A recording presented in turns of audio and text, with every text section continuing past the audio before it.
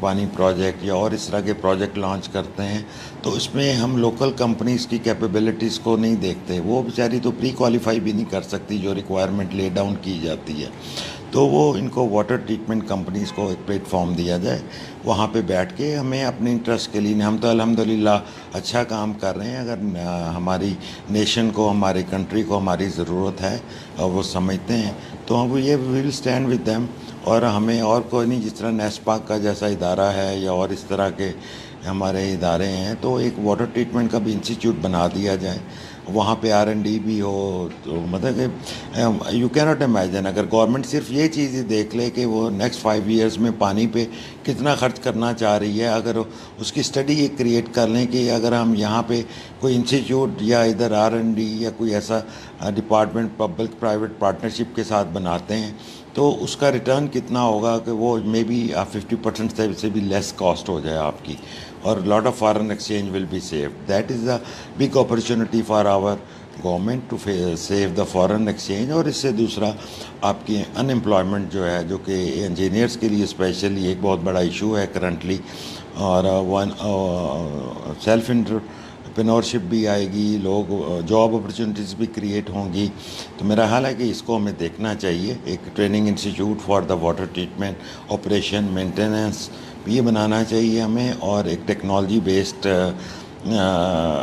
کوئی انسٹیٹیوشن بنائیں جہاں پہ ہم انڈیجنس ٹیکنالوجی ڈیولپ کریں, اور we should trust our that institute. لیکن ایک میری ریکویسٹ ہوگی گورنمنٹ سے کہ یہ ادارہ گورنمنٹ کے ونگ نہیں ہونا چاہیے. ہم نے PCSIR کو دیکھ لیا ہے, 1970s میں ادارہ بنا, اور اس نے آج تک پاکستان کو کیا دیا ہے. ایک ہمارے وہاں پروفیشنلز کی سب سے بڑی پرابلم یہ ہے, جو لوگ بھی R&D کرتے رہے وہاں پہ, انہوں نے کچھ چیزیں ڈیولپ بھی کی, انہوں نے اپنی ریٹائرمنٹ کے لیے وہ پیٹنٹ کر کے رکھ لیں چیزیں, اور وہ اس کو مارکیٹ میں دیا ہی نہیں تاکہ وہ چیز ہو ہی نہ سکے.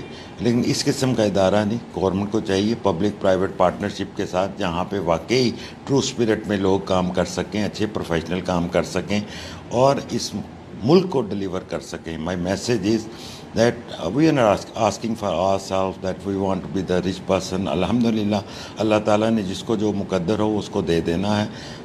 If government and officials are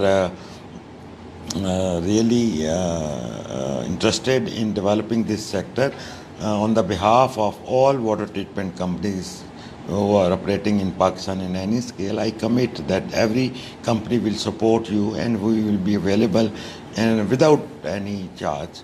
اور ہم آپ کو اپنی سروسز, آپ ٹیم بنائیں, اس کو چلائیں, اور ہم آپ کو لوکل بھی اگر کہیں انٹرنیشنل سپورٹ بھی چاہیے ہوگی تو وہ بھی آپ کو مینیج کر کے دیں گے. Trust your people, trust your professional. This is how the nations grow, this is how the countries grow. اگر ہم اپنے آپ پہ کانفیڈنس نہیں رکھیں گے تو ہم آگے نہیں بڑھ سکیں گے. اللہ تعالیٰ آپ سب کو اپنی حفظ و امان میں رکھے. آج کل کرونا کی سچویشن ہے, COVID-19 کی. اپنے آپ کو پروٹیکٹڈ رکھیں, اپنے بچوں کو, اپنی فیملی کو, اپنے پیرنٹس کو. میری دعا ہے اللہ تعالیٰ ہمیں اپنے حفظ و امان میں رکھے, اور یہ جو سچویشن ہے اس سے ہمیں جلدی سے جلدی نکالیں. گورنمنٹ اس پہ کچھ نہیں کر سکتی, نہ لاک ڈاؤن کچھ کرے گا. If we have to be sincere with our self. Thank you very much for giving so much time, and I hope I would have communicated something good to you all. Inshallah this series of lecture will continue. Pakistan Zindabad. Assalamu alaikum.